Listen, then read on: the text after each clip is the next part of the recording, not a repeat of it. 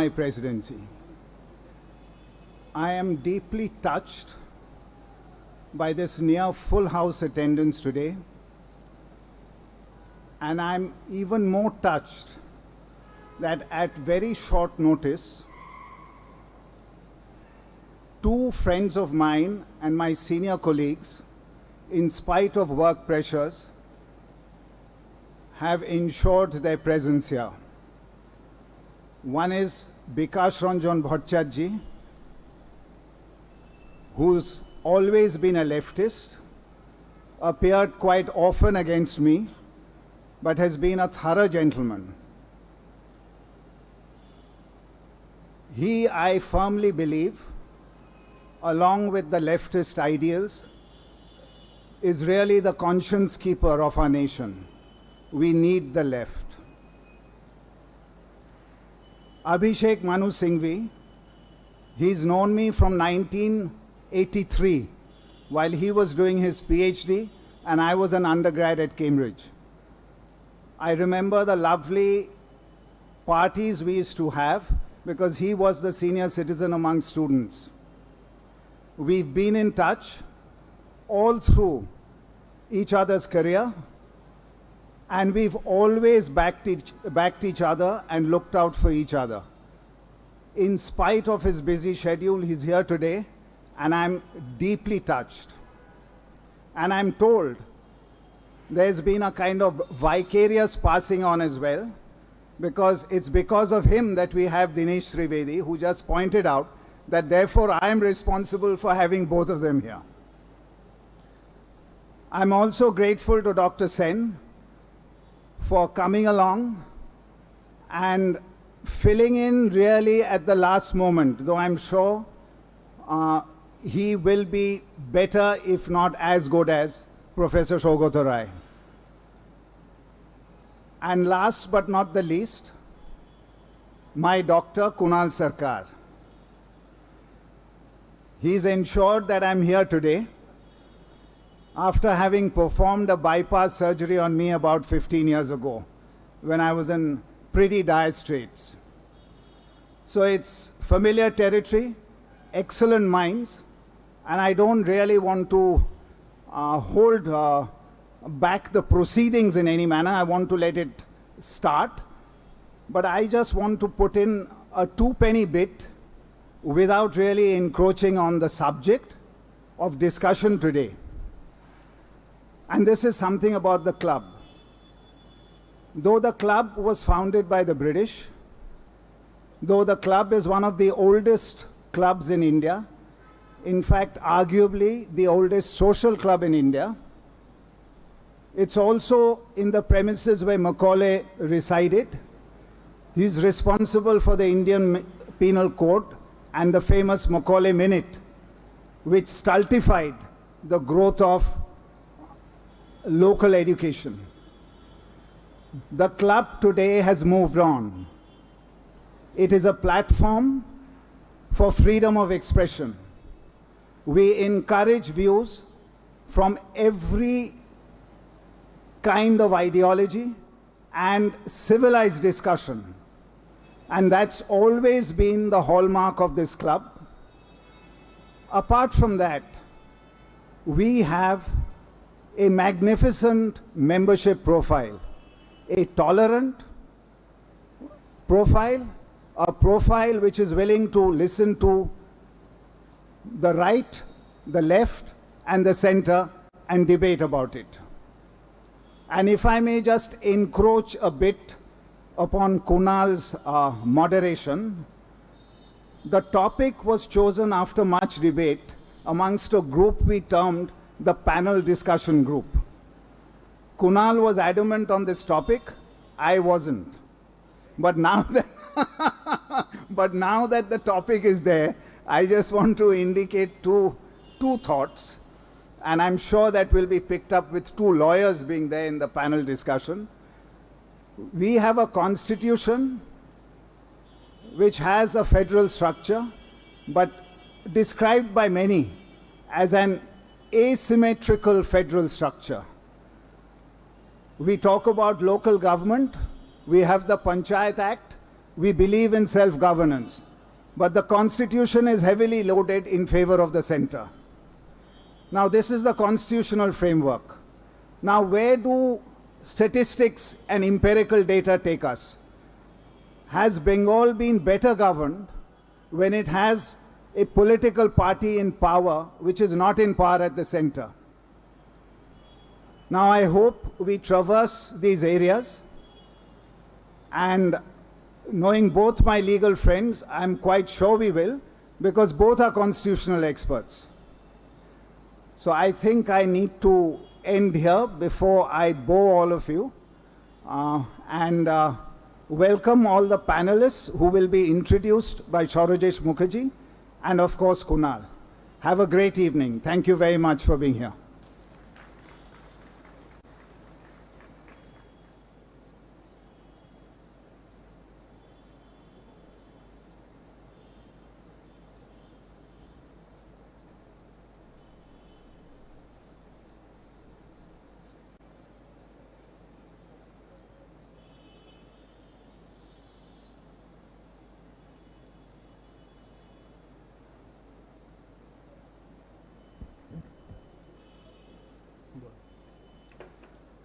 So let's get started.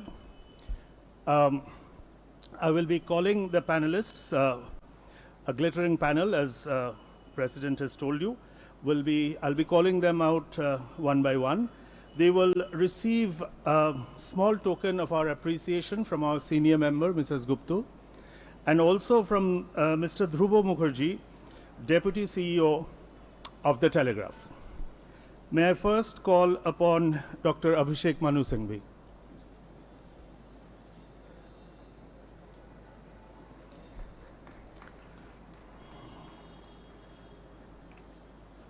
Dr. Singhvi is a senior three-term sitting MP. He is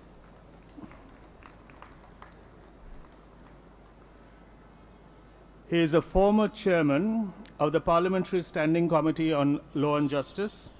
He was India's youngest designated senior advocate at 34 and India's youngest appointed additional Solicitor General at age 37 in 1997. He is a well-known author and columnist and a visible media personality. He is also amongst the senior-most serving national spokespersons of the Congress Party. I will next call upon Dr. Bikash Ranjan Bhattacharya, who is currently serving as Member of Parliament in the Rajya Sabha from the Communist Party of India, Marxist. He served as Mayor of Kolkata from 2005 to 2010, heading the Calcutta Municipal Corporation. He is also, as the President told you, a very eminent lawyer, practicing in the Calcutta High Court, and has appeared in various landmark cases. I would next like to call upon Mr. Dinesh Trivedi, who was a Member of Parliament in Rajya Sabha from West Bengal until recently, and is a former Member of Parliament of the Lok Sabha as well. Prior to that, he was Member of Parliament Rajya Sabha for 2 separate terms, and is also a former Union Minister for Railways, as well as Minister of State for Health and Family Welfare. He recently joined the BJP.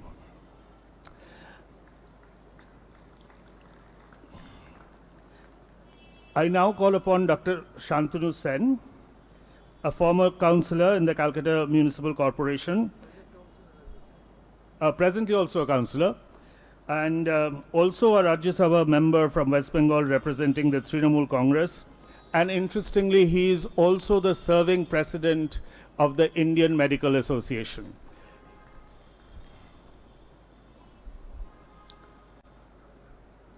The discussion will be conducted, as in previous years, by our very own Dr. Kunal Sarkar, who does not need an introduction at the Bengal Club.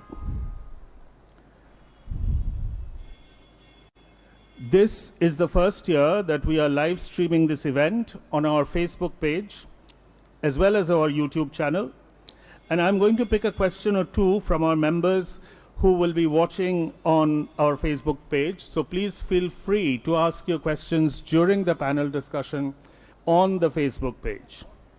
The in-person audience here at the club will also get a chance to ask questions. Probably not too many, but we'll still get the chance to ask a couple of questions. Please either turn off your mobile phones or put them in silent mode. Over to you, Kunalda.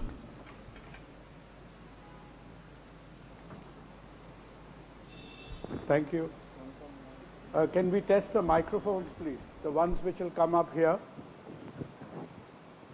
Could you please give us the microphones? Because please test your microphones once. Hello, hello. Dinesh sir, जय हिंद जय हिंद जय हिंद अभिषेक जी, आपका microphone test कर लीजिए. Testing, testing. 1, 2, 3, 4. All fine. Thank you, Sharajesh. Thank you very much. Thank you, Bengal Club. When Gopal, as we know him, introduced the Bengal Club, definitely as being one of the oldest and the residents of the redoubtable Thomas Babington Macaulay, it takes us back to the 1840s and the 1830s. And the little bit of similarity between 2021 and 1840s to 1830s was the fact that India overall and Eastern India in general used to go through repeated pandemics of cholera. So don't think we are living in some unique period of time right now. There were 6 cholera pandemics in the mid-19th century, and almost inevitably each one of them would be centered around our city, the biggest and the most populous city of then British Empire. You're all familiar with the topic. We will get the bull by the horn very shortly, but like cricket, so in panel discussions, we shall open with a warmer. We'll give our panelists a bit of warming up time, and helping me when we talk of time, I hope he's not run away, my young friend Joy. Joy, where are you? He promised me all kind of help with timing. I don't see him now, but I'm sure he'll make an appearance. So what we will do in the beginning is we will have about 5 minutes of speaking time from each of you panelists, and Joy will give me a friendly signal. We will not behave like the Parliament, but pretend to be in one, using appropriate language. The masks are very useful. It will help you to keep away the virus, and it will help our speakers to remain incognito should they speak something which is entirely disagreeable. But I'm sure they cannot escape your clutches, because you will be listening with rapt attention. Fred. So panelists, you know, Bengal Club, you are in the midst of history. So post-colonial Bengal was just about resigned to its destiny of unending mediocrity. We used to have our elections. We were in and out of the democratic exercise, almost unnoticed by the entire country. Because when I was in school, we thought that it was a constitutional phenomenon that at the end of every election, Jyoti Babu used to be the chief minister. So we thought that this was a constitutional given. When somebody corrected that no, it can also happen otherwise, at the end of 4 or 5 times, somebody else became the chief minister in the middle of the term. So this Bengal suddenly finds itself absolutely and flatteringly in the midst of very unaccustomed national attention. We are almost at the center of the Olympics of democracy. We don't know why. Perhaps in the context, I don't know which one is nearer. Is the first phase of polling nearer, or the footsteps of a second wave of the virus nearer? Only time will tell. But suddenly, in this phase of our history, Bengal, I think perhaps, you know, I can only historically recall of the Noakhali period. Apart from that, you know, Eastern India being in the center the entire focus being focused on Bengal at this point of time? Is it to administer Bengal or is it to acquire Bengal? What is the national urge at this point of time? And can we have the opening remarks from my friend Shantanu, Dr. Shantanu Sen, because he is in more than one ways representing the dispensation in power. Thank you, Kunalda. I was unfortunate to be the last man to be invited, but I am the fortunate man to be the first man to be to speak on this topic. Before I come to your topic, with all humility, I would like to know from this August gathering, would you ever believe that this prestigious club, perhaps the only club in India of its kind, which is nearly 194 years old, do you ever believe that it can be better served by somewhere else than Calcutta or Bengal? Would you ever believe? This is with all humility, I would like to know from your end. Would you ever believe that this prestigious club, Bengal club, can be served from any other place than Bengal or than Calcutta? Little bit louder. I think I have got the entire audience. I have got the entire audience in my favor. Now, You're just coming from a rally, aren't you? now, yeah, I have just come in from the rally. Now, why this national importance and national attention? The reason being is, of course, we are all witnessing that perhaps it is the only election and only assembly elections since independence in any state where respected Prime Minister, Home Minister, many other ministers, many other MPs, they are coming to our state almost like daily passengers. Why? Answer is, it's not that they want to come into power in our state of West Bengal. It's not that they want to develop West Bengal. It's not that they want to grab it. But the reason is, they are very much apprehensive. They know that as of now, the only voice of opposition in the parliamentary situation, in the parliament, on the floor, comes from this soil of Bengal. The only voice of opposition that comes from this soil of Bengal. That's why they know if they cannot throttle this voice, if they cannot win this semi-final, they are sure to lose the final in 2024. That is the main reason why, despite having this election in 4 other states, the entire national attention is on this state of West Bengal. And only one lady who is hardly 5 feet high, who stays in an almost cottage-like house, who lives a very simple life, and the entire opposition leadership, they are so much scared and they are so much afraid because they know if she cannot be blocked, if her voice cannot be throttled, if this party cannot be spoiled or ruined or damaged, then bad days are waiting for them in 2024. That is the only reason. Whenever there is any anti-people decision, forget about decision. Just because of this number game, they are doing whatever they like in the parliament. They hardly care of this federal structure of this constitution. They hardly care about the parliamentary policy.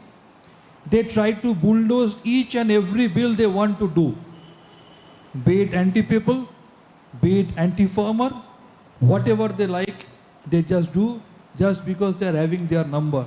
And if there is only one party led by one lady, the only lady chief minister of the country, that is none other than Trinamool Congress, led by our Supremo, Madam Mamata Banerjee. So, It has forced our Prime Minister to be a Delhi passenger. One can be more unfortunate than this. It has forced our Home Minister. They hardly find any time to go to the Sindhu border to show their solidarity towards the farmers who are dying on the road, but they have enough time to come to West Bengal to do their propaganda, just to befool the people of West Bengal. But it has been proved time and again, for 10 crore of the people of Bengal, nearly 1.5 to 2 crores families, there is hardly any family which is not enjoying any of the 68 pro-people projects started by Madam Mamata Banerjee. The people of Bengal, they have already decided their mind, and that's why is my answer to the question asked by my respected Kunalda. It's my answer why this Bengal election is getting so much importance, and this election will be remembered even after 100 years, because this election is going to create a history. It's not only one particular political party that is fighting against another party in a state, not caring about federalism, using all the autonomous bodies, all the autonomous agencies, starting Shantanu, from thank you. CBI, We'll starting come back from to it. ADI and everything.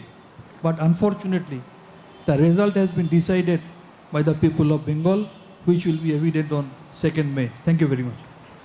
Shantanu, thank you. Shantanu is raring to go. He doesn't want to wait for the 2nd of May, right? He's given our opinion. According to Shantanu, we embody the opposition in the country, and as he would have it, in a front of a lot of lawyers, he says that the jury is out, right? Now, just for the sake of the evening, to get the mercury up a little bit, you know, I have to turn to somebody whom I love to listen to so many times. That is Mr. Dinesh Trivedi. And when Mr. Dinesh Trivedi in recent times sort of swifts over camps, let me remind all of you that so did Hillary Clinton, so did Theodore Roosevelt, so did Ronald Reagan. So Dinesh, you are in great company of the three most American celebrated politicians who also switched floors sometime or other in their political careers. Now, how do you react to Shantanu, who says that he embodies the only opposition to the anti-federal ways of the monolith at the center? সবাইকে আমার নমস্কার, প্রীতি, ভালোবাসা।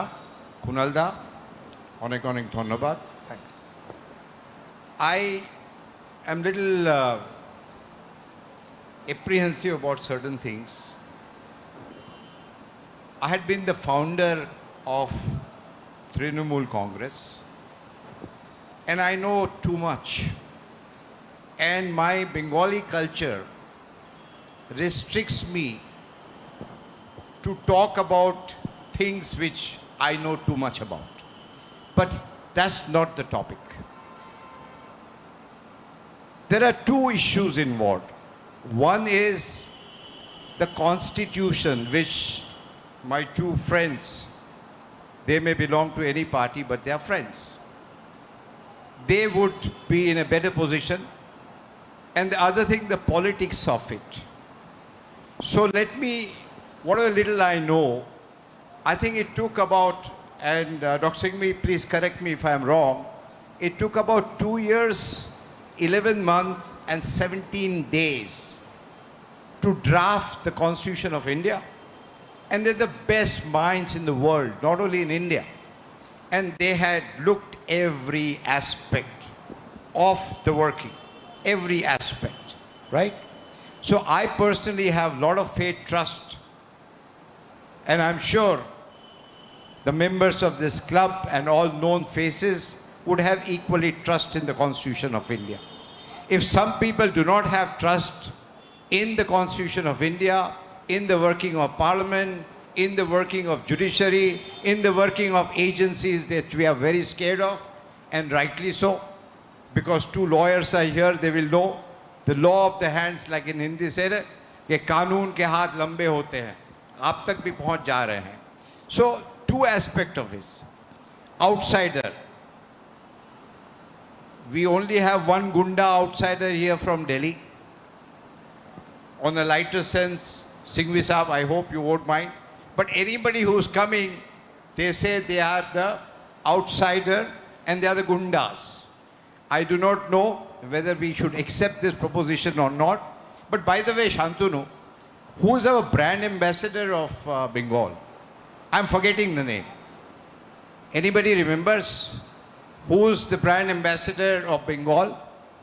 Anybody? Shah Rukh Khan. Is he outsider or just because he happens to be Khan? If he happens to be Khan, I have nothing to say.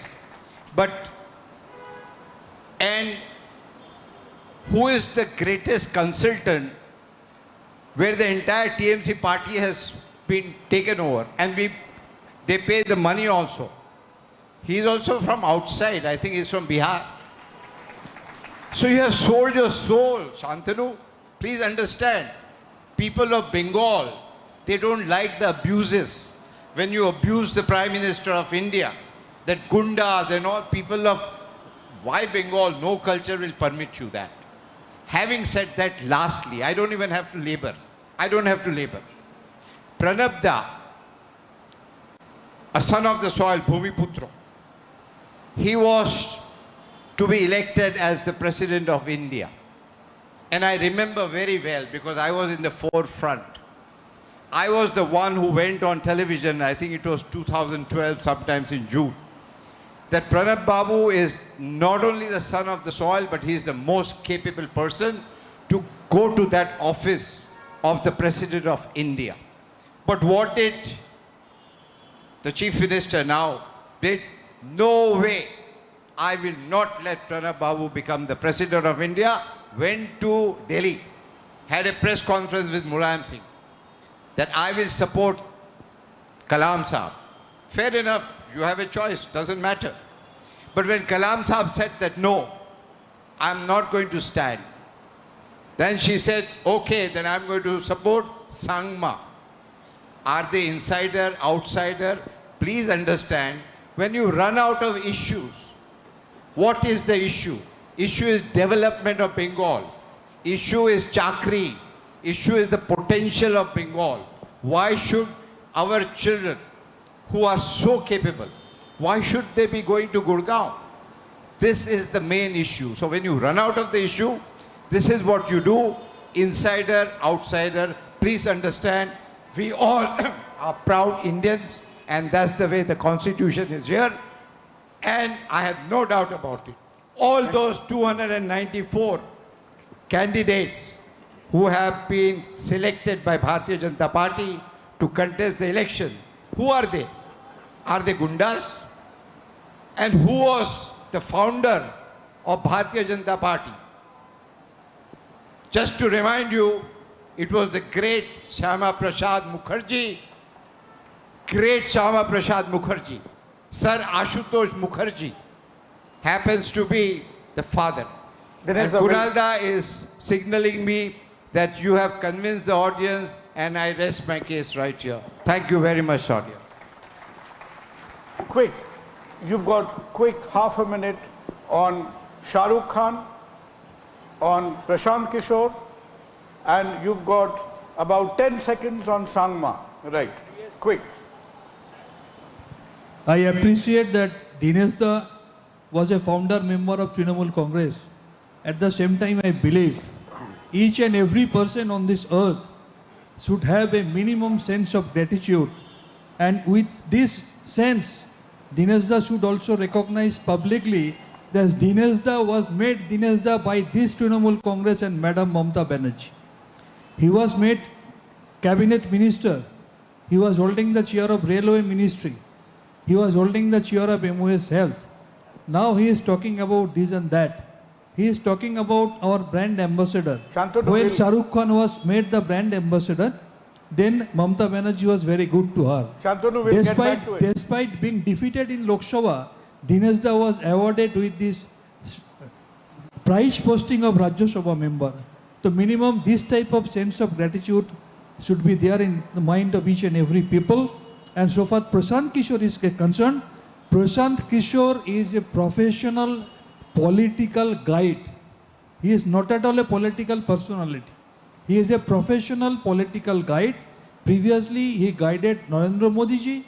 He was in Bihar. He helped Arvind Kejriwal. Now he is helping Mamata Banerjee, and he has already been appointed by our Aminder ji, in the state of Punjab.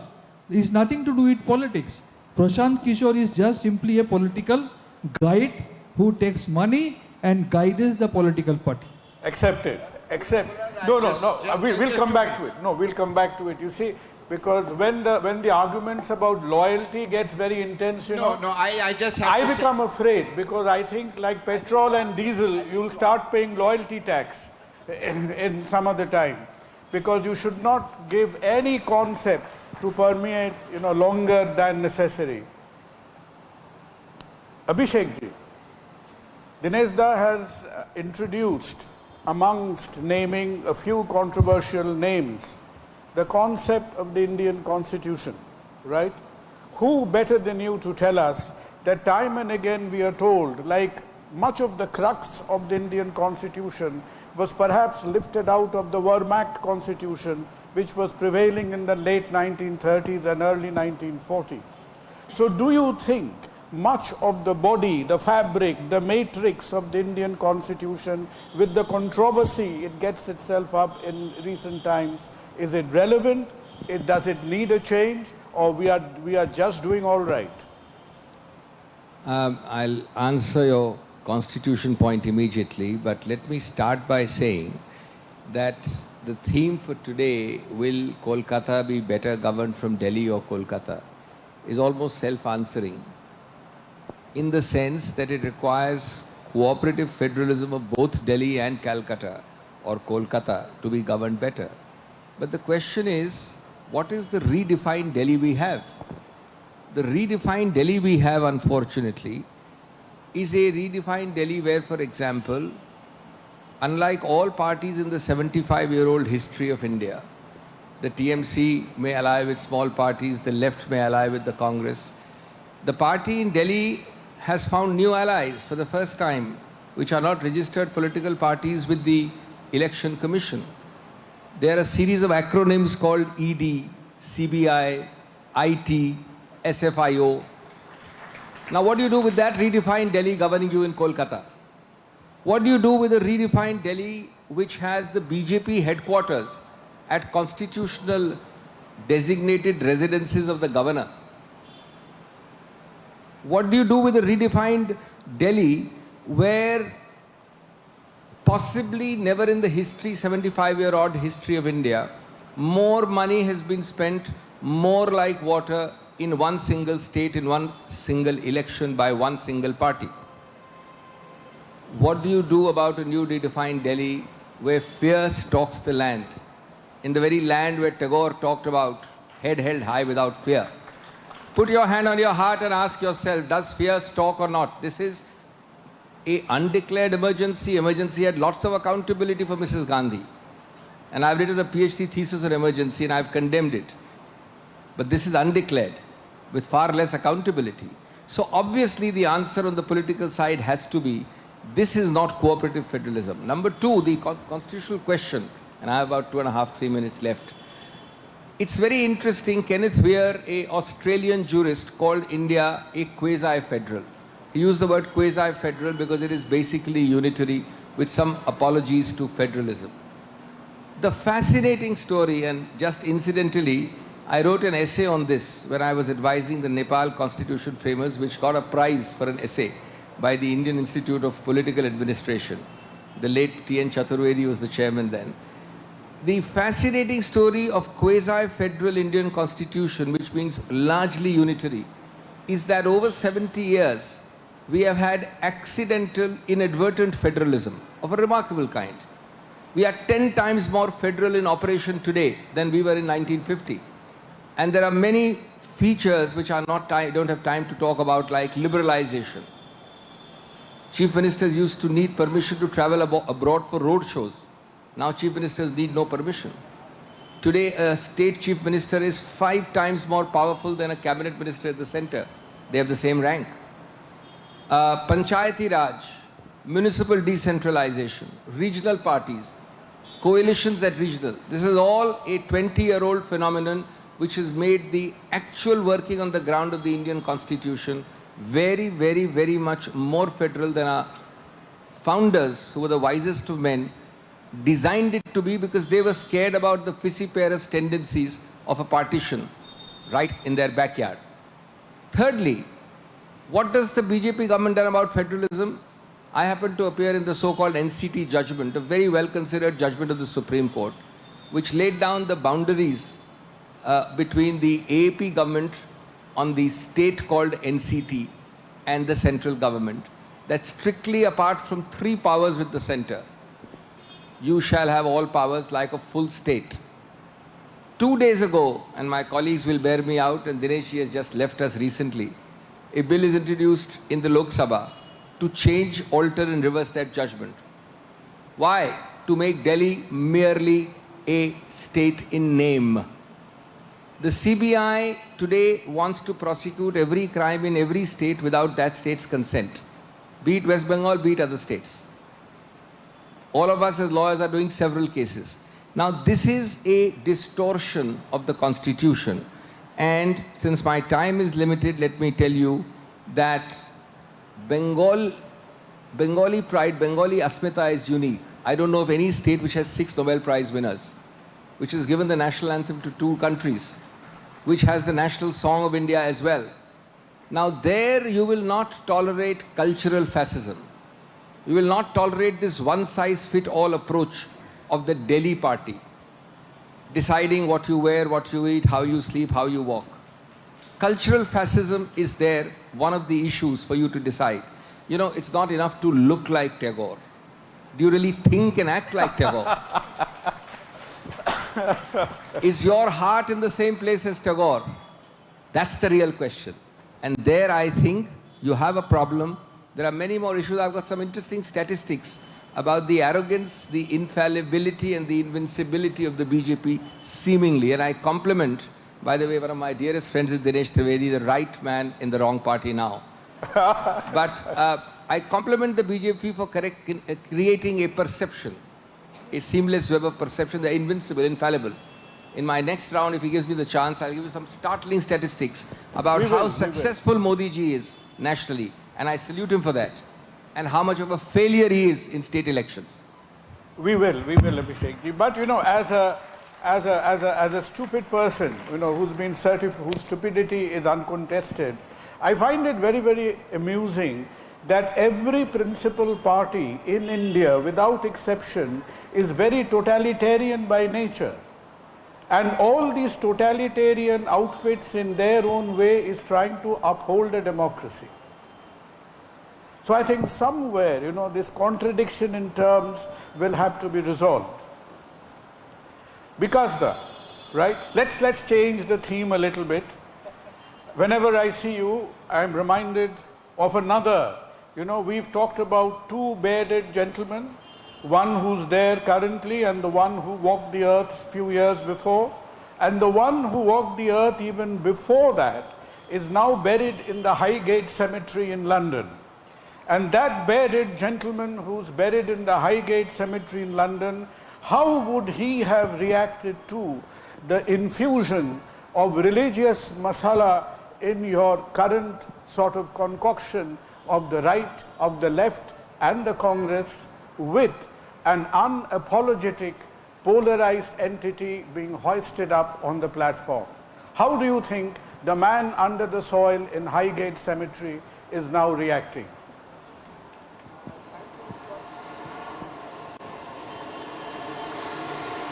Microphone, please.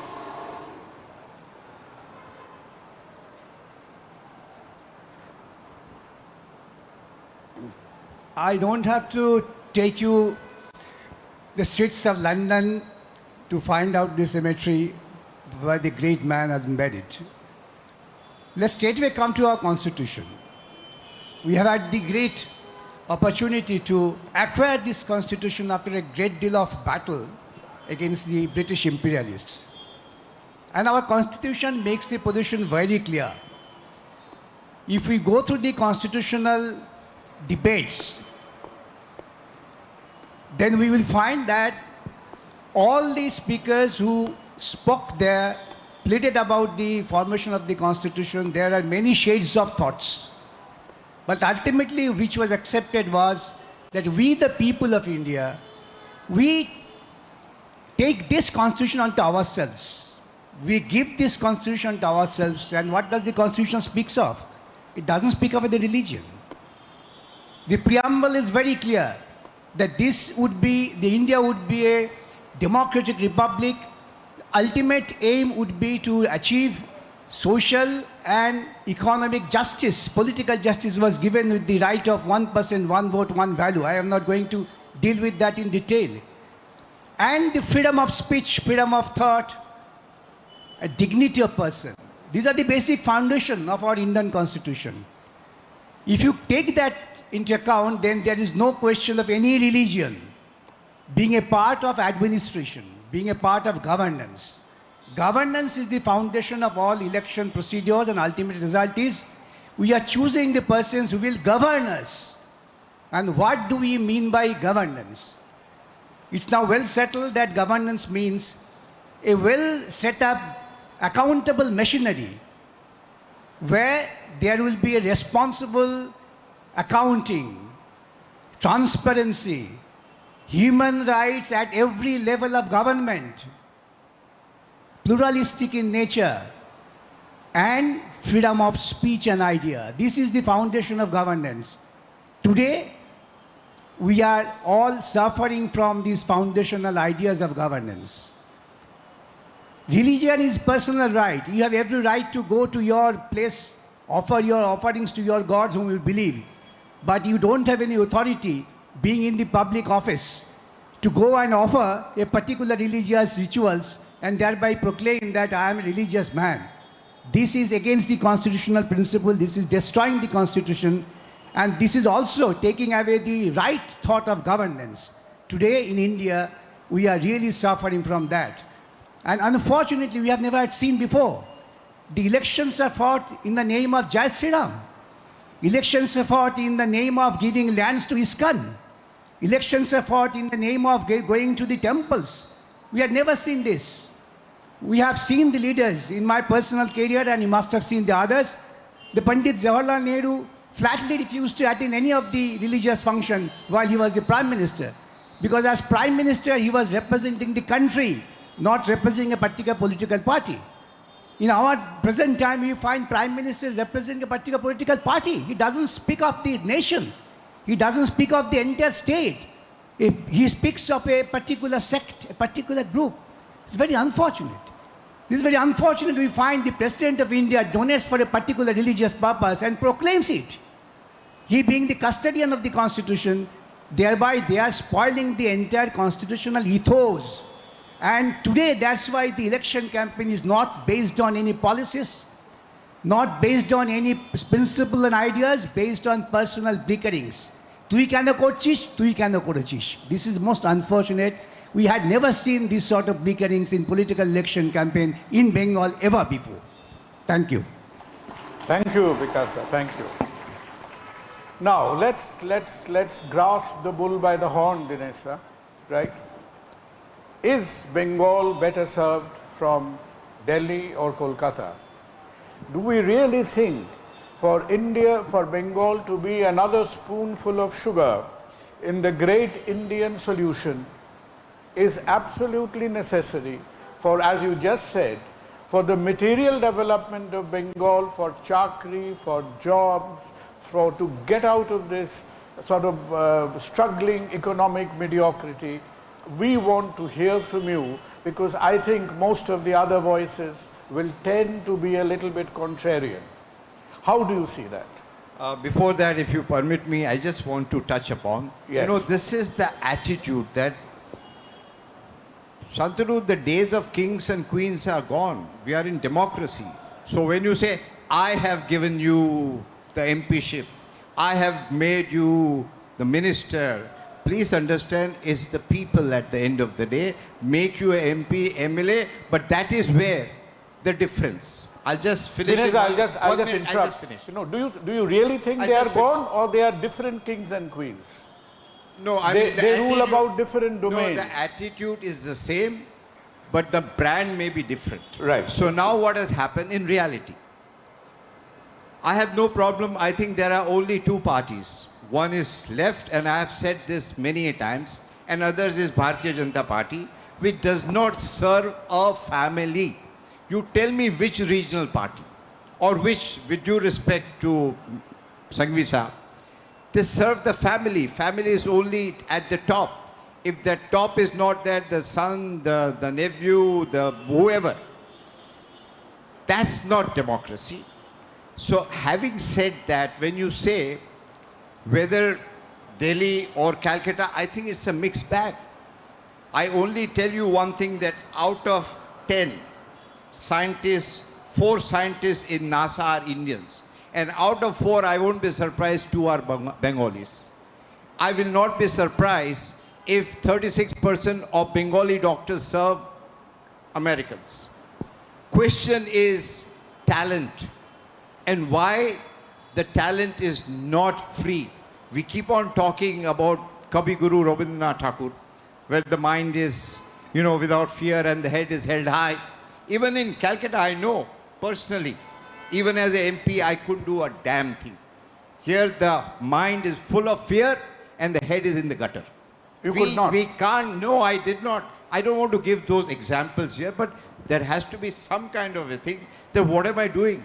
If I cannot serve the people, I have no business to be sitting in parliament. I had 5.5 years, okay? So it's not a great sacrifice or something. So let me tell you, it is the talent. It is the Bengal.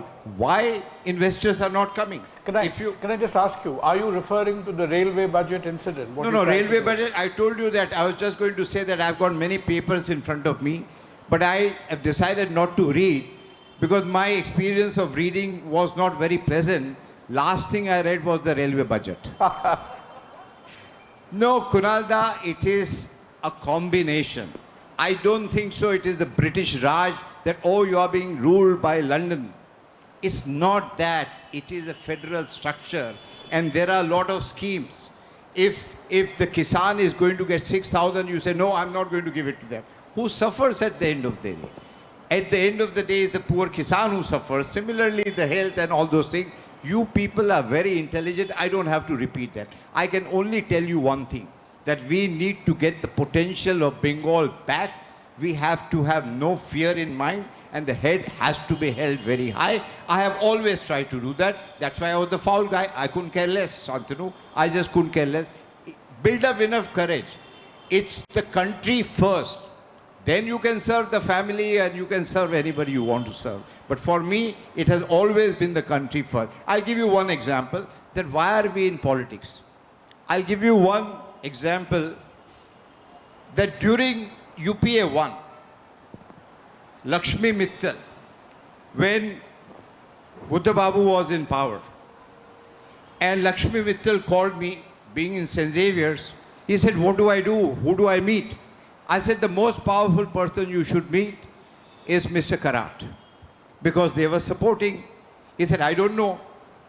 I said, don't mind if it is for Bengal, I couldn't care less. I may be in TMC, Buddha Babu may be, but it's for Bengal, right? So I said, don't mind, I will come and introduce you. Would you believe it?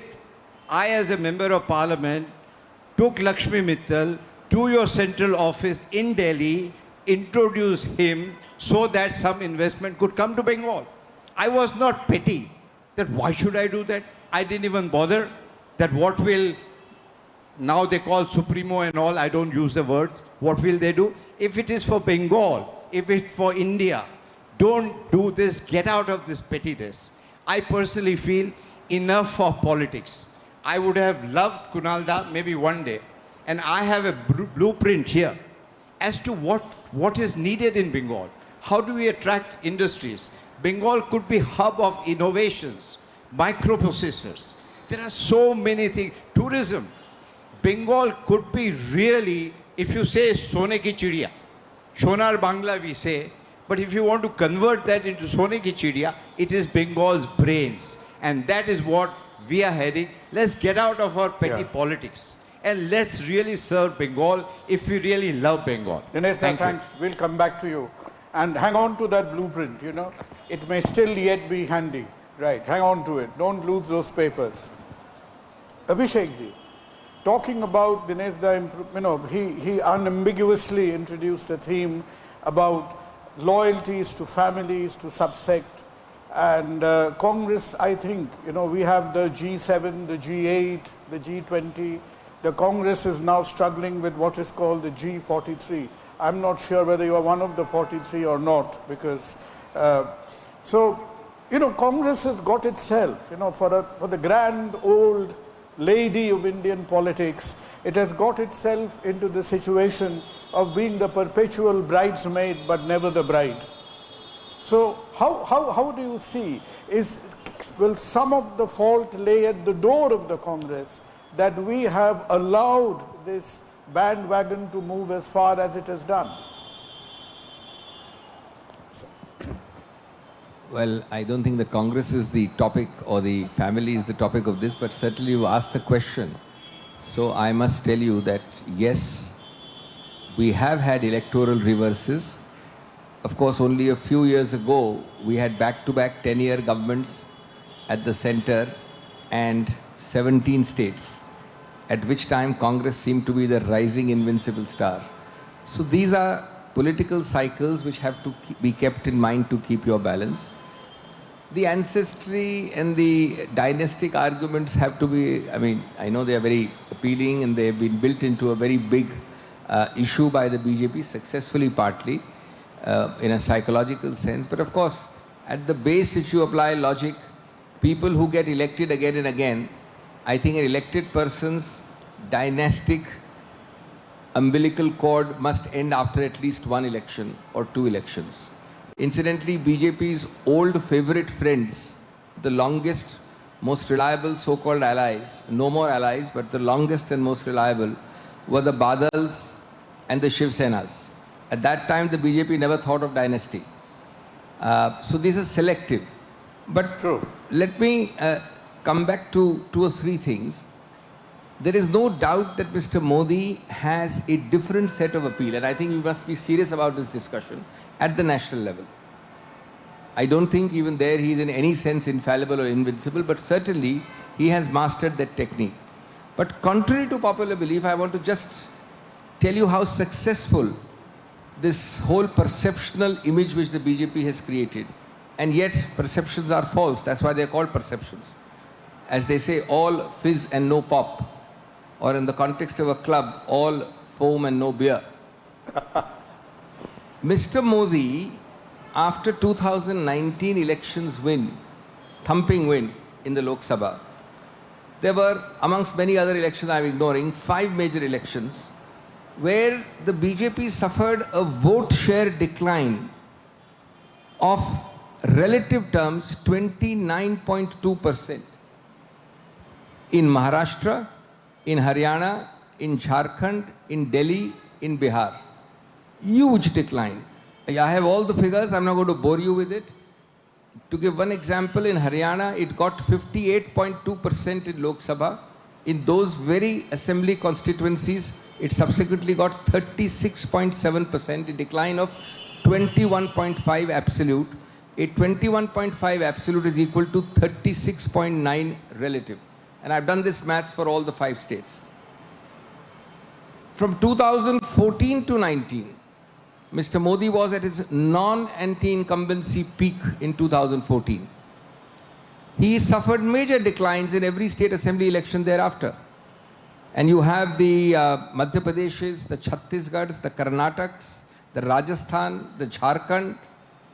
And most interestingly, you will find that Congress has actually increased its vote share in Bengal in the elections. I have those figures as well. Yes, we have lost out to Modi, Mr. Modi, in the national elections. I have a theory. The maximum vote loss and vote gain of the BJP in the national elections was at the cost of the left and the Congress.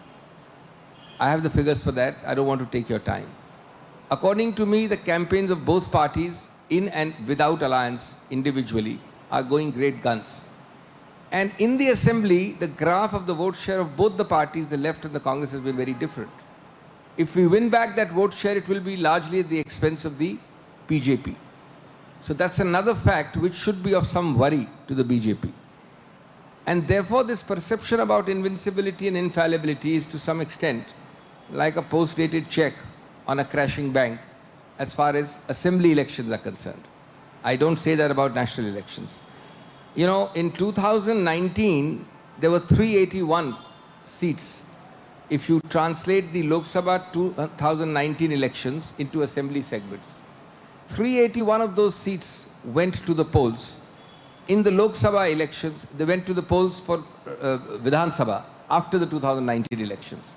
In the Lok Sabha, the BJP won 313 of those. Post 2019, in those very same 381, the BJP won 163. So there's a lot of fizz without a pop. The maximum amount of money is being spent in West Bengal, and a perception is created about victory, as if everything is over except the shouting. I strongly dispute it. And lastly, I was very happy to note today, see, in my ideal world, the best thing would have been an overarching, larger coalition between the three parties, TMC, left and the Congress. Now, like Rudyard Kipling, some polar opposites will never meet, west and east. I understand that. But the second best thing is what Sitaram Yechuri said today. I read on the newspaper on the flight. He said the ultimate object post-result is to keep the BJP out. I think that's a very heartening comment from a very senior leader who I believe was supposed to be here originally, today's debate. So I think that is the context in which the BJP must see, possibly I would say, certain defeats staring it. And one last thing, there are many people of the BJP who are good friends of mine, in Central Hall and outside. And Dinesh ji and Shantanu Sen and others, and my friend from the CPM knows that everybody speaks in hushed whispers, especially if they belong to the BJP, even in Central Hall. They all tell me, and today in Kolkata, 3 of them told me, that BJP के प्रत्याशियों का मौका कब आएगा? आ ही नहीं सकता. पहले तो उनको MPs को देना है टिकट, उसके बाद TMC या और पार्टियों के लोगों को देना है, उसके बाद फिल्म स्टार्स को देना है. तो हमारे जो खास बीजेपी के लोग हैं, हमको तो टिकट मिलने वाला ही नहीं है. There is a huge discontent, a huge revolt on that segment, which is the other thing which BJP is downplaying. So I think all these should combine. And lastly, about the Tagore look, in the lighter side, my actual real all-time favorite is Ekla Chalo. I've heard all versions of it. But the person who looks like Modi ji has perfected it to a redefined unilateralism. Tagore never meant Ekla Chalo to be unilateralism. Problem with the person who looks like Tagore is that he treats it as complete unilateralism. No consultation, no consensus, no participation, no involvement. That's the problem. Abhishek ji, just in hushed tones, what does your maths tell us about the possible West Bengal results? No, I mean, I hate to be a soothsayer when there are greater experts all around me. I think that the BJP is a lot more noise. That famous Hindi saying, Thotha chana baje ghana. An empty shell does make a lot more noise. So I think they are nowhere on the ground. Yes, their perceptual reality which they've created, which is not reality, is different. I think the other 3 parties may need, I'm giving a candid answer, may need some sort of adjustment post-election. It's hypothetical. I'm not speaking on behalf of any of the 3 parties. But in any case, I think that context in which Sitaram Yechuri said today's statement must therefore be underlined. But BJP seems far, far, far away from victory compared to the hype which it has generated. I think obviously and naturally we move over to Shantanu next. Shantanu, you're not under any party whip as far as Bengal Club is concerned. Party fear is there. No, that's why it's called a whip. That's why it's called a whip, you see. So are you open to the idea, number one, just 2 questions for you. One is, do you see a realistic possibility of a greater grand overarching alliance personally? And the second point is, how would you react to the pointed criticism that TMC at this point of time is inventing pseudo issues like Bohiragato, etc., without getting into the central problems of Bengal, which TMC thinks would expose its fallibility, its weaknesses. So how would you react to that criticism of the issues highlighted by TMC in the current campaign? Well, I will try to cover all the points in stipulated time. Well, I think all of you must be aware regarding the process. In any election, the ticket given is given to the candidate by the party. And especially so far the question of Rajya Sabha MP comes, it's only the party supremo, I repeat, it's only the party supremo who gives the nomination. If I was not given the nomination for the Rajya Sabha seat, I could not have become Rajya Sabha MP. Same it was with our respected Dinesh Tibeji. It would have been more appreciable if Dinesh Da was unhappy with the style of functioning of Trinamool Congress, for which he has left Trinamool. It would have been more appreciable if he could not have joined the other party, BJP, after leaving Trinamool Congress. That is the most unfortunate part.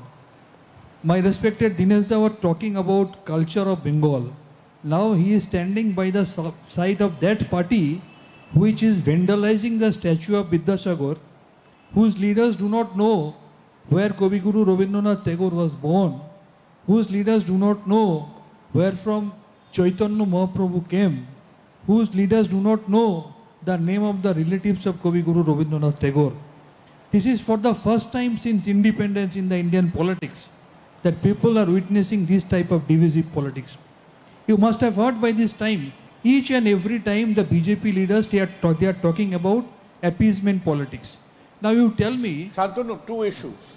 About a possible post-poll alliance, I open to it. No. And secondly is, do you really need to recognize the real issues rather than the issues highlighted? Kunal, I will finish all my points within this time.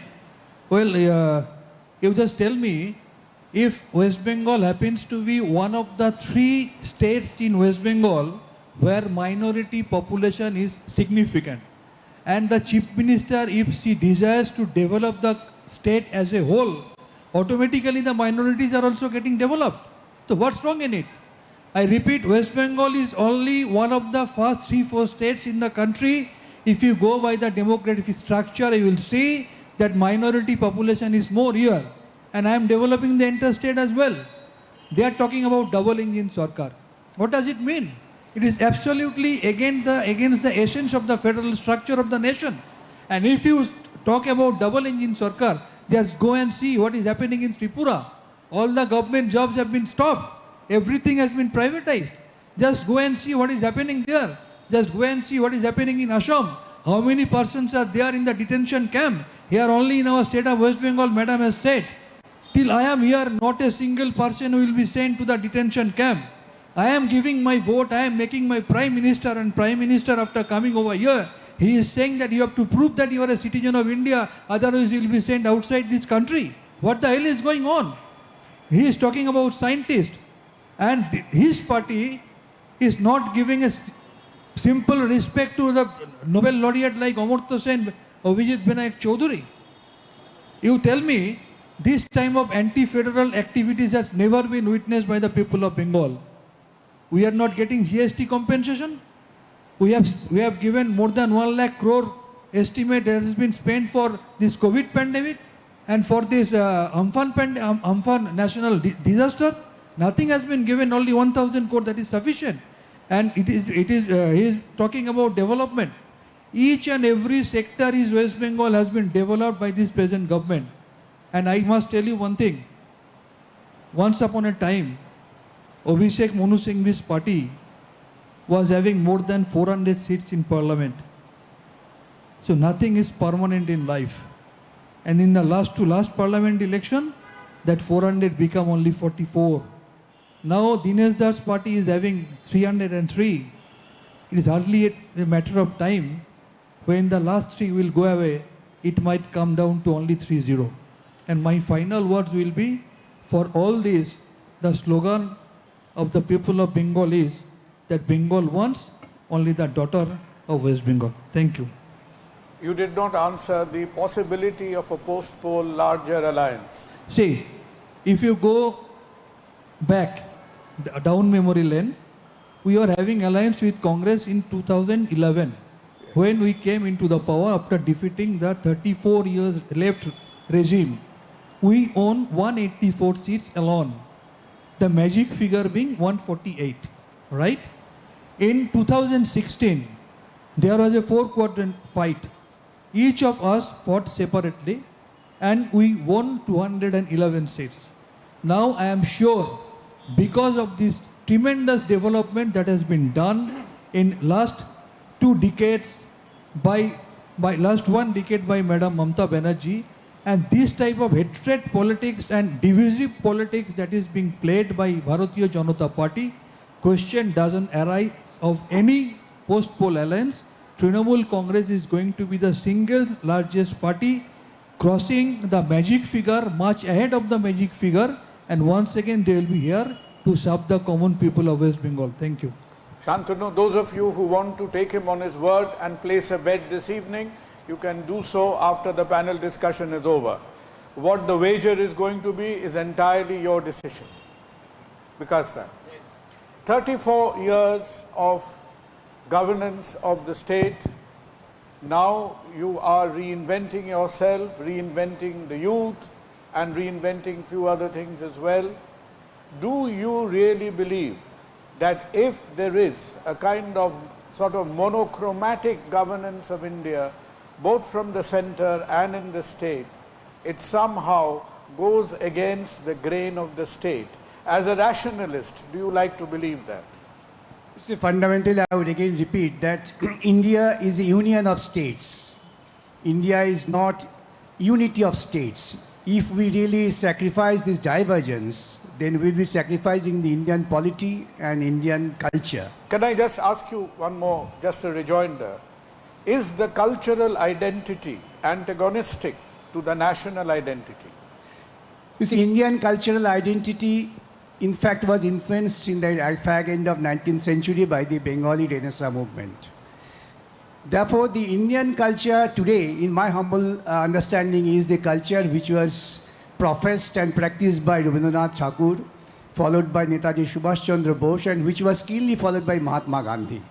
That's the cultural scenario in which India won freedom. But today, there has been an attempt for the last 10 years that when the BJP really is at the ascending position in the political power, they are trying to destroy this diversity, which is against the basic perception of the Indian Constitution. Similarly, here in West Bengal, they are so much stress given by them is only for the reason that they are losing ground everywhere.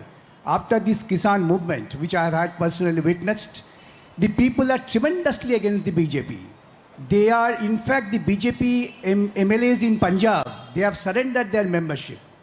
And this is the reality in which now Modi government feels their last resort to have a strong hold and footprint, winning the West Bengal election, which is a far most dream for them.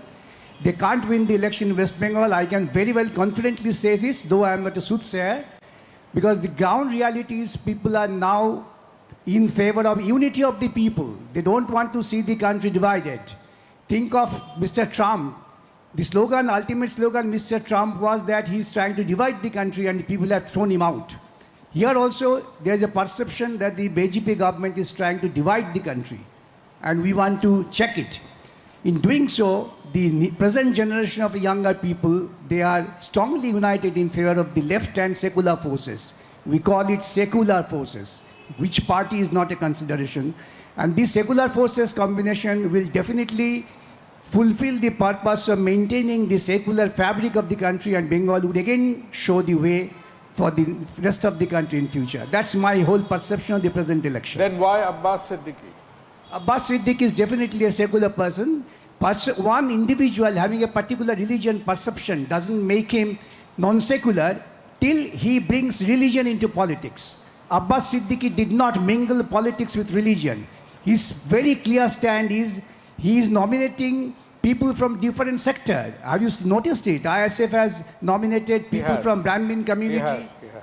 from the lower caste community, from the Adivasis, and what they are saying that our only religion would be to ensure support to the distressed people, to give them the status in the society. Therefore, this confusion which is sought to be created that the Abbas Siddiqui's combination is non-secular is totally wrong. And this is which is really coming forward. While you are coming to surface, you will find the days are going and the secular fabrics is getting strength day by day. And I rely on that. And that's the greatest hope in our country today. And do you agree with Sitaram Yechuri? We have always been saying that the main enemy is BJP, but BJP doesn't mean only BJP. All the parties who are being controlled and guided by RSS, TMC is one of the parties which is controlled and guided by the RSS. Therefore, to my understanding, there has been no difference philosophically, ideologically between TMC and BJP. Therefore, war against BJP means in Bengal war against TMC as well. Now that will really excite, invite and provoke another panel discussion. No, for anyway, which- Mamta has for- said that BJP is his her natural ally. This is nothing new. She was the cabinet minister in BJP government while Vajpayee was the prime minister. Therefore, this is nothing new for Mamta Banerjee to ally with BJP. This is nothing new. Vikasda, thank you. Where is Shorojesh? Shorojesh, are you here? Can you emerge from the shadows? Please. Now, Shorojesh has been working hard on the questions that has been flooding, I believe, the virtual domain. So I give you to pick up the first two questions and please direct them to one of our panelists. I will just read out the questions. This is from Sumit Ray, my friend and colleague. When a political leader gets elected to a public office, it is not his or her priority to then serve the nation guided by constitutional powers bestowed on him or her. Is that not important than propagating the political party ideology, which is what I think is happening today across all parties? So you are, I think, is this referring to the Prime Minister of India canvassing on behalf of a political party? Do you take it to be that, Abhishek ji? That if you are holding a responsible public office, should you wear a political cap? I wouldn't fault the Prime Minister or the BJP as far as that is concerned, because that is unfortunately not yet the law of the land. The line, of course, is very thin. It is frequently transgressed. But the law of the land permits the Prime Minister, and especially the Prime Minister, in other cases you have to have own expenses. But because the Prime Minister is the most heavily protected person, since he also belongs to a political party, he cannot differentiate the two roles completely, and therefore he is allowed to campaign. So I think per se that cannot be said. Other Prime Ministers have also done. But I agree entirely with you that the time may have come that change in law is done by the Election Commission. Number two, the reason why it is to be done is, in particular, and this is something we underestimate in the India of today, in the relative poverty differentials we find, which are different very much in Haryana and Punjab and West Bengal, that money is playing an extremely important role. That money factor cannot be ignored. It's not the Modi factor alone, it's the Modi factor with the M squared. And there is no other party in 75 years of Indian history which has treated money like water for the smallest election. Now, to what extent it makes a non-level playing field, I think we need structural safeguards. But let me tell you one thing. In the recent 2 weeks, the kind of rallies which the Congress with much less resources in West Bengal and the left have held, far less resources, I think it deserves kudos, because in comparison, the money being spent for any meeting or any rally by the BJP is much more. I would also not hesitate to say that irrespective of political differences, on the third place, the person fighting like a lioness is the Chief Minister. There is no doubt about that. She's fighting with everything she's got. So I think the BJP is using two things disproportionately, and a third one, of course, which they are entitled to. The Prime Minister's image, which I've just shown you by statistics, works more in national than local politics. Thank you, Abhishek ji. But the other two, money and divisiveness. divisiveness is the insignia. Divisiveness is the biggest calling card of the BJP in every which form. Dress, habit, eat, religion, Whatever- etc., etc. Thanks. You know, whatever you call it, I've been hearing about this money in Bengal for the last 3 months, but we doctors haven't seen any. I don't know about you, Shantanu, right? So I'm still out on the treasure hunt, you know, money in Bengal. If Gopal finds any, he's going to let us know. Locate it on the Google map, we'll be there. Right. Shodajesh, Yes, you take the next pick. yes, a second question, and perhaps Mr. Trivedi would like to answer this. This is from JP Khaitan. The panelists have mentioned about religion, about fear of enforcement agencies and such like. Does the panel think that that personal liberty is also central to this election? Does the person asking the question think that the enforcement agencies are also like religion? Well, he's saying, I mean, I think he means that both of them impinge on personal Right, liberty. Dinesh sir. Well, there are two things. There is something called law of the land, and there is judiciary. If you have done something wrong, then that wrong cannot be stopped just because it's election time.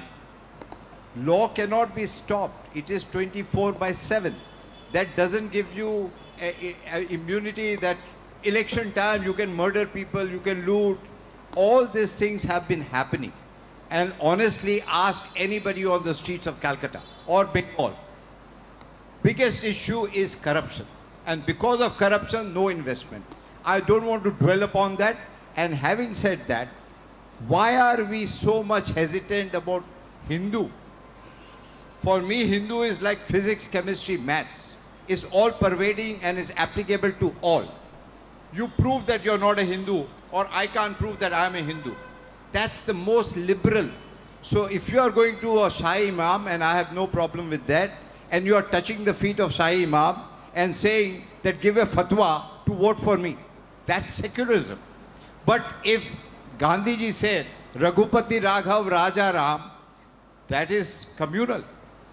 We have to get out of that. Please understand, and I have a lot of friends in the Air Force. They tell me that this is the first time after many years the country is united. And if the Air Force officer, Abhinandan, was released because Pakistan knew that India now means business, if we don't release, the missiles will go there. This is what is the different India. That is where our neighbor China, who's very, very mighty. They are scared. Please understand. Very true, So very don't involve religion. Point taken. Ravindra, Yeah. even Point taken, Swami Dinesh, Vivekananda, yeah. he always used to say that I am a proud Hindu. And please understand, Hindu is the culture of India, lot of- and we have to have. Yes, yes. A lot of people also believe that if Corona came from Pakistan, India would have fought it much better. Yeah. So because it came from China, somewhere there were more loose ends than the tight ones. Now, having said that, do we see hands going up in the audience? We have, I think, a gentleman in the dark t-shirt. Look, and I'm very bad with colors, especially in this light.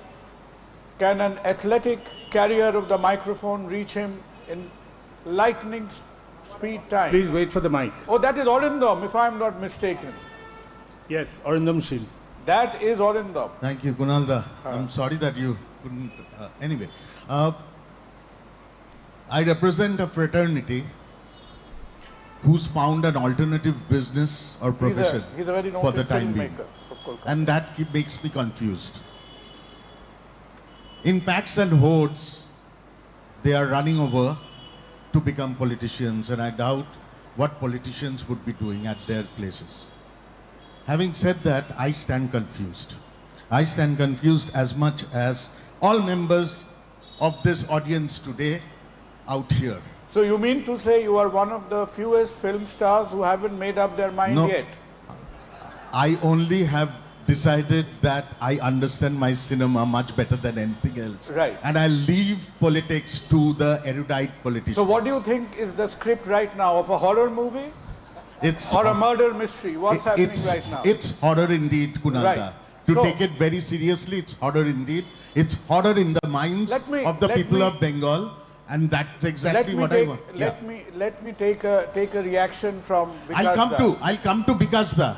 He's one of my most respected, a great friend. Don't blame him for the film stars. No, I won't blame him for the film star, but I'm appalled when he stands up for Abbas Siddiqui and says he's non-secular. I'm not ready to accept this. He's the guy who We take your goes point. out We take in your point. Facebook and screams He has- that Nillojjake mere dur kore de, okay, Hindu hote bol, noyto Christian hote bol, kintu Muslim hote parbe He has na. already answered this, therefore I don't have to give answer for he him. has, He has no, given the Arindam, answer. point taken. Point taken. But Yeah. what I actually stood up to ask all this, what we are discussing out here is inside this erudite Bengal club Yes. with erudite politicians.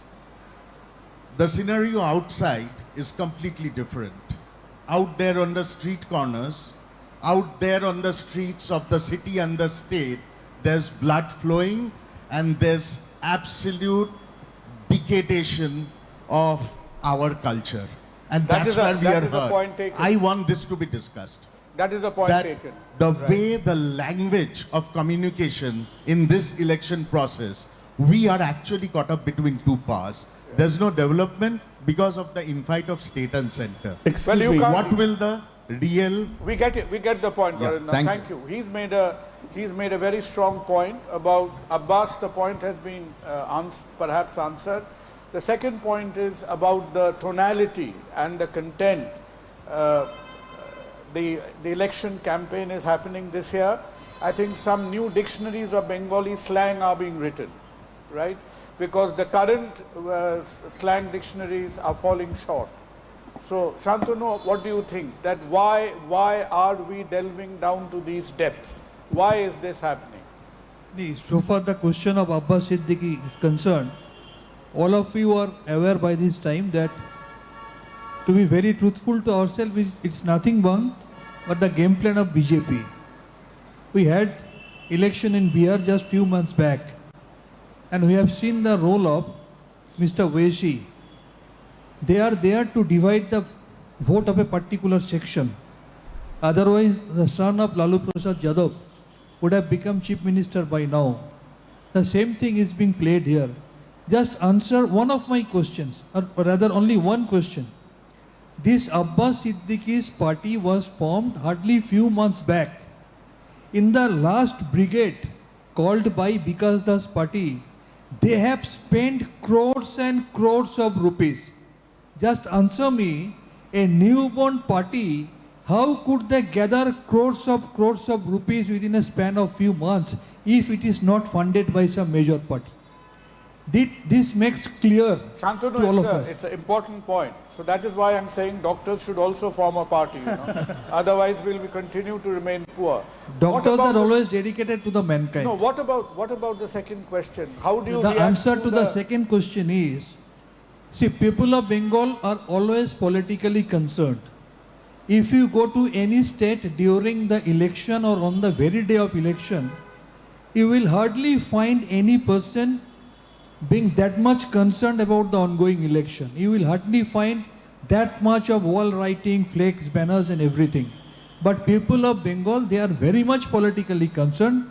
Yes, we have been watching political violences, bloodsheds and everything. But this type of usage of unparliamentary words, Shantanu, is it just a matter of awareness, or is because politics is a way of livelihood for Bengal, who have very few other forms of livelihood to fall back on? no, the scenario got changed since 2014. Since 2014, the election pattern. Just let me tell you the fact. Are they fighting for awareness, or are they fighting for food? Kunalda, just 1 second. Would you please Right, allow sure. me just 1 second? I'm sorry I to must say share, the because the question- 1 second. I must tell you the fact, the style of politics is in Bengal. I became Rajya Sabha member spending zero. Even I expressed my desire to give the expenditure of the lunch on that particular day of election in assembly, and I was asked not to give by my party. On the contrary, go to any state, even to get a ticket of panchayat election, you have to spend crores and crores of rupees. That's That was the speciality in Bengal, which is being ruined by this presently ruling party in the center. That's a very important point. Even I have a The chance. question right which now. was raised by my friend Arindam is a very pertinent issue. Why should the culture and language of political leaders go down the drain? The political leaders ought to be the example to the common man. They will learn from them, their language, their body language, their way of speaking, giving the information to the people. We are giving information which has nothing to do with the history, nothing to do with the realities. This sort of political leaders are in fact ruining the Indian constitution, Indian polity. We are appealing to the people, reject these people. Irrespective of political consideration, the people who have brought down the political language to language of streets, that they should be rejected outright. Very true. Did you have a point, Abhishek? No, I just want to, obviously, I condemn all across the political spectrum this debasement and devaluation of language. But we have to talk not in generalities but in concreteness. If we really had a vibrant, overstrong, and largely in normal matters where push does not come to shove, our election commission is an independent constitutional body. But the true test of an institution is when push comes to shove. Let me give you a concrete example. In 2019, I was chairman in the Lok Sabha elections. I was chairman of the group which tracked a large number of people working in that group, and I was chairing it, tracked objectionable language. About 40 complaints were made to the election commission. 30 of them got instant 2-day, 3-day, maximum 5-day results. Results are Shantanu Sel will not campaign for 2 days, Abhishek Singh will sit at home for 3 days, let off with a warning, etc., etc. The consequence doesn't matter, but there was action within 3 days because you know the campaign window is 2 months at the most. Out of those 40 cases, 10 were cases which were allegations against 2 people, numero uno and numero half uno. Now, those 10 were not decided, not against, not for, till 10 days before the close of polling. I moved a petition in the Supreme Court. Very highly objectionable language, imagery, because see, when you inject religion, then imagery and idioms become even more objectionable. So we went to the Supreme Court. The Supreme Court gave a direction saying we can't do anything in the election. We direct the Election Commission to decide. The Election Commission decided it under the Supreme Court direction, which had no reason to go to the Supreme Court at all in the first place, about 5 days before the end of polling. That result was a 2-line order saying these 10 complaints, only the 10 mind you, we succeeded in 30, rejected. No reasons, nothing.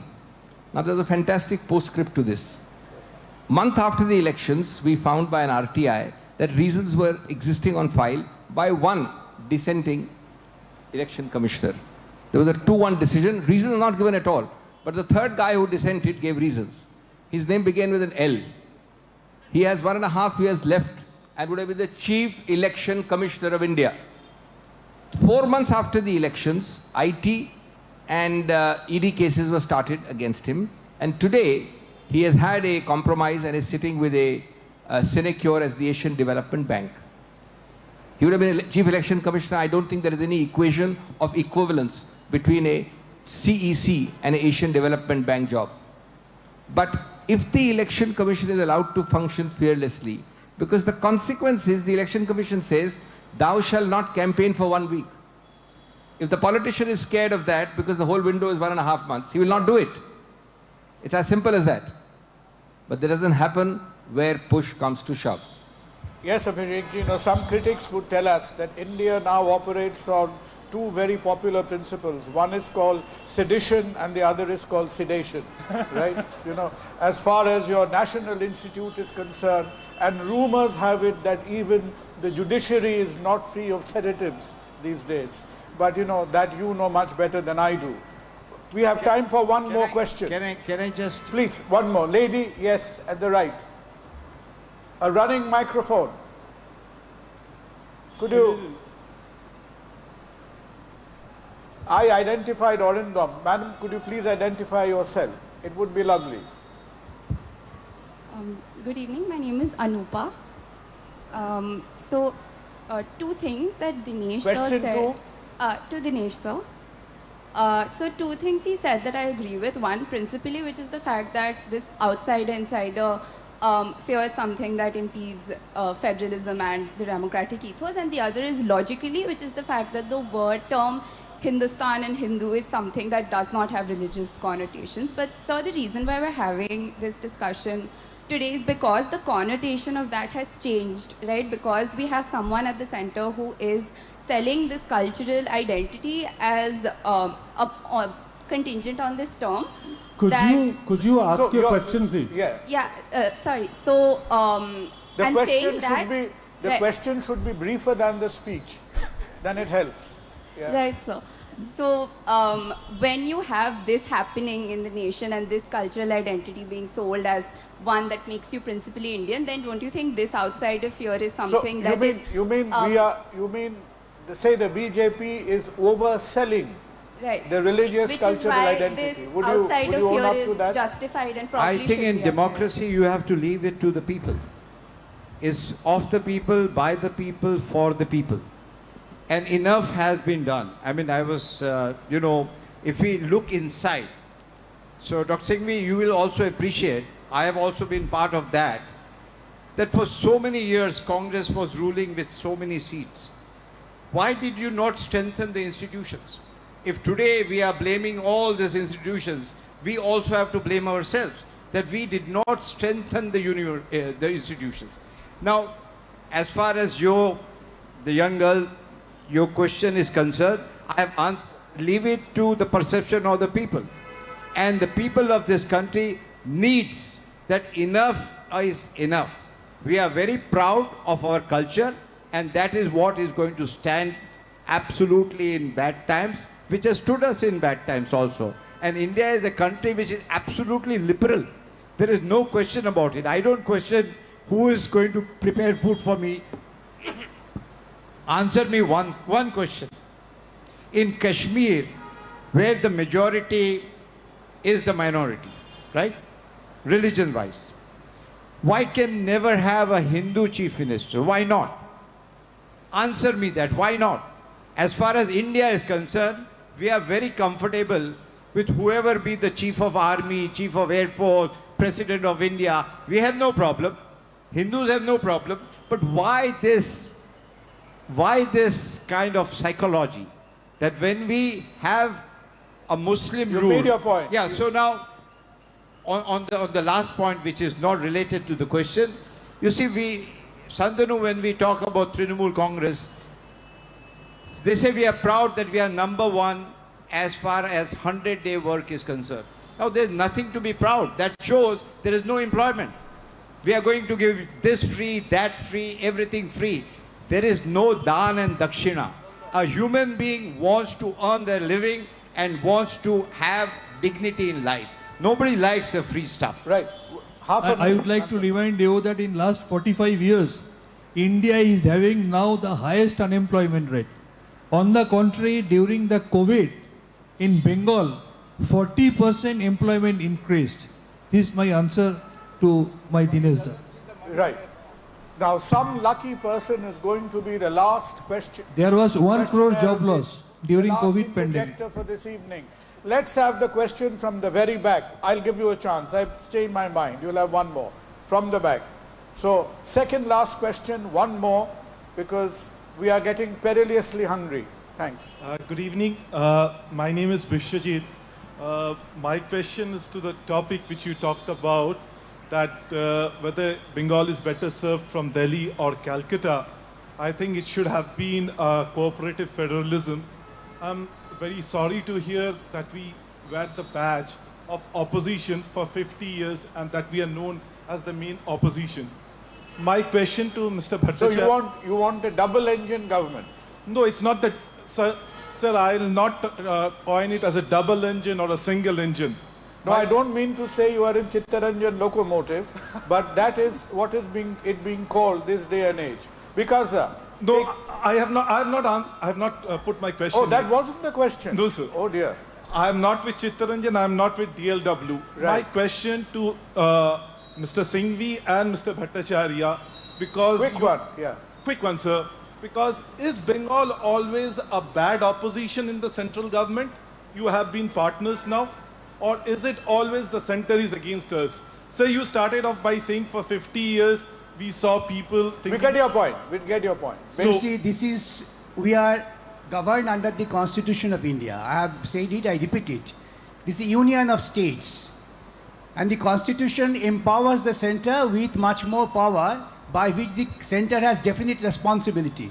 When the center does not discharge its responsibility, it is the duty of each and every states who are functioning within the framework of the Constitution to point out and ask the center to act within the constitutional norms. Because this of is what- not an antagonistic war. Because of what perhaps he is hinting at is, are we like perpetually in opposition? We have never been so.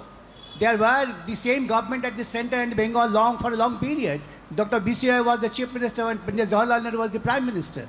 Therefore, this is not the case that the Bengal had always been at the other point and as opposition group. No. What I say, we have to appreciate and we have to We get your learn point, because within the framework of the Abhishek ji, Constitution. how do you address this point of Since we are running out of time, two facets. One is factually you're not right, because early years of Bengal, there was a identity of the parties. But even in the later years, after all, the left, which ruled here prior to the TMC, had a direct involvement with various UPA governments in the center. Very true, So I don't think that antagonism is necessarily there. But I think the other answer to your question is what I started with. It has to be cooperative and constructive competitive federalism. The thing is that these have become jumlas. The real issue is when you have redefined cooperative federalism. I gave you 4 examples when I opened.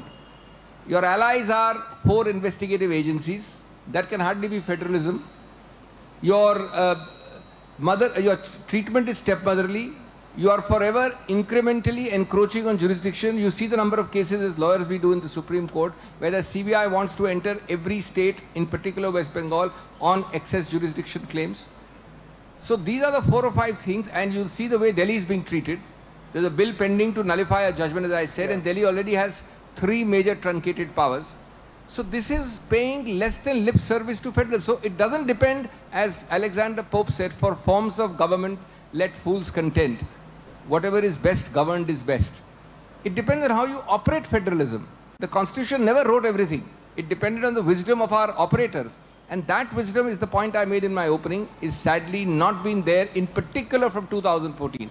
Other government excesses have been there.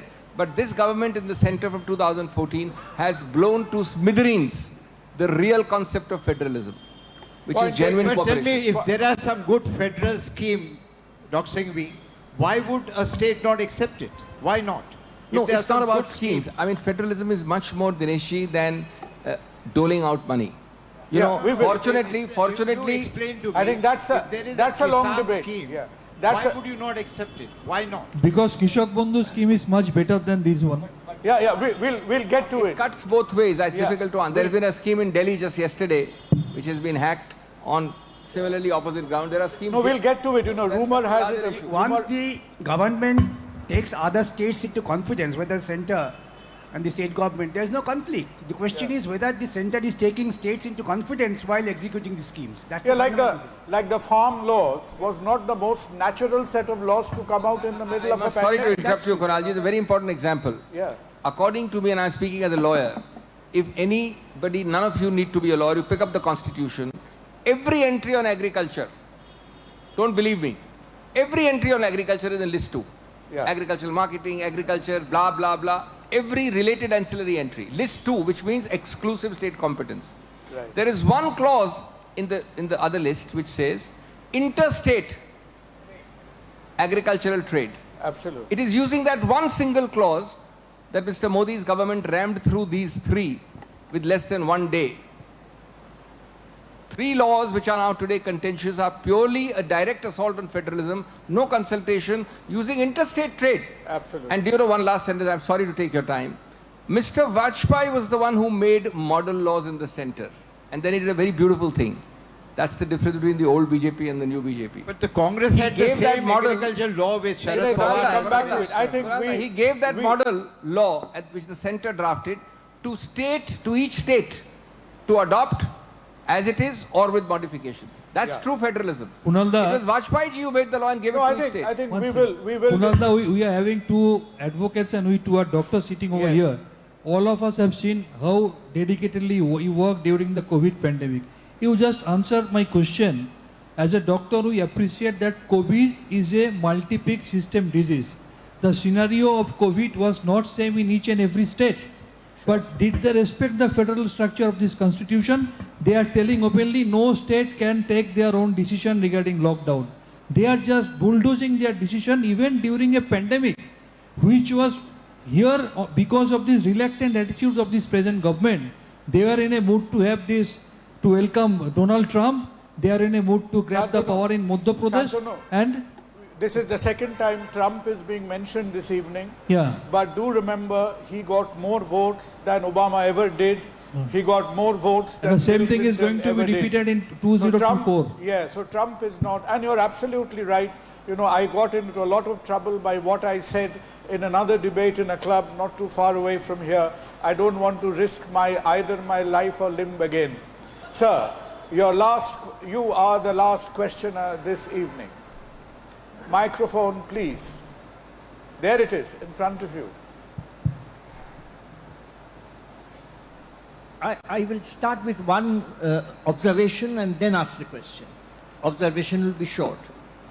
Over the last 40 years, the Bengali middle class has completely changed. This is the class from where all the courage, all the leadership, all the initiative, all the big things happen. But this middle class today is marginalized over these last 40 years. What's the question, sir? Question is that what can we do to make the Bengali middle class the same, with same degree of comfort that they experience in southern states and other states where I worked. I know what I'm talking about. To recreate the Bengali middle class, you might want the British back, but that's an entirely different debate altogether. Yes, because you are the person with the blueprint. See, I tell Yes. you, and Shantanu, don't mind, I know too much.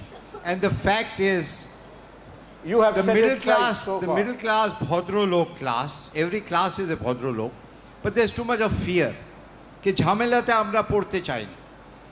আপনারা জানেন না এই ঝামেলাটা আপনার বাড়িতে চলে আসবে। Everybody wants to be এই ওখানে যাবে না ঝামেলা আছে। এই ঝামেলাটা আমাদের বাড়িতে চলে এসেছে, আমার বাড়িতে Sugata Bose, sitting MP, Netaji Subhash Chandra Bose's nephew, the goons went to his house also when he was restructuring his flat. How much can it go worse? Then people will feel that if they can go to Sogoto Bose, they can easily come to Bhodro Lok, middle class Bengali. And that is what is the issue in this We election. get the point. You know, I think on Today, this I note- believe you have seen the Telegraph today. 30% of the Indian middle class population has gone down to lower middle class Yes, population. it is. And That's I do more agree. important factor, that is economic. I do agree with Dinesh Da that Bengalis yeah. are really scared of these jhamelas. That's why they don't want BJP to come into power in West Bengal. Well. I think, you know, this debate will go on for a while, and rumors has it that such is the situation with the Bengali middle class that the income tax office is being vacated as permanent residence for the CBI, you know, because you don't perhaps need that office in this city anymore. You have been a wonderful audience.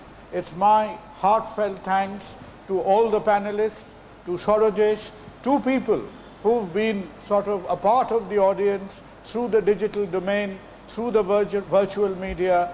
Thank you to each and every one. And before we go home, in silence, say your prayers, get vaccinated soon. Whatever we want, you do not want a second wave. Good evening, ladies and gentlemen. Thank you very much. Just 1 second. Kunalda has given the thanks which I Yeah. was supposed to do. I need only add my thanks to our sponsors, Finolex and Telegraph. And just another announcement, the members who have reserved dinner, please proceed to the main dining room in the first floor.